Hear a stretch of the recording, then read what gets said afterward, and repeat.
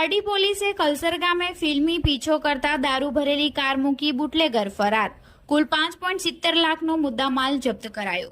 પોલીસને ગેરમાર્ગે દોરવા કાર પર ખોટી નંબર પ્લેટ લગાવી હતી.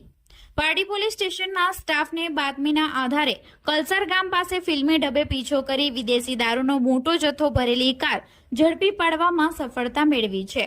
દમણથી દારૂ ભરીને આવતી ટાટા ટિયાગો કારના ચાલકે પોલીસની નાકાબંધી જોઈ વાહન ભગાડ્યું હતું, પરંતુ પોલીસે પીછો કરતા ચાલક કાર બિનવારસી હાલતમાં મૂકી અંધારાનો લાભ લઈ ભાગી છૂટ્યો હતો.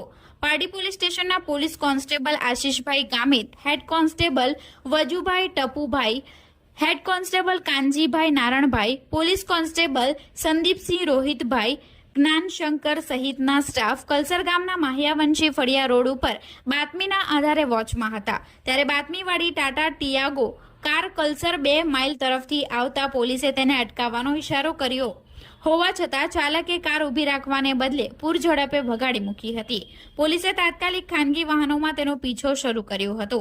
પોલીસનો પીછો જોઈ ગભરાયેલા ચાલકે કલસર ગામ માહ્યાવંશી ફળિયાના સર્વિસ રોડ ઉપર પોતાની કાર સાઈડમાં નીચે ઉતારી દીધી હતી અને કાર બંધ થઈ જતા ચાલક પોલીસને જોઈ અંધારામાં ભાગી છૂટ્યો હતો.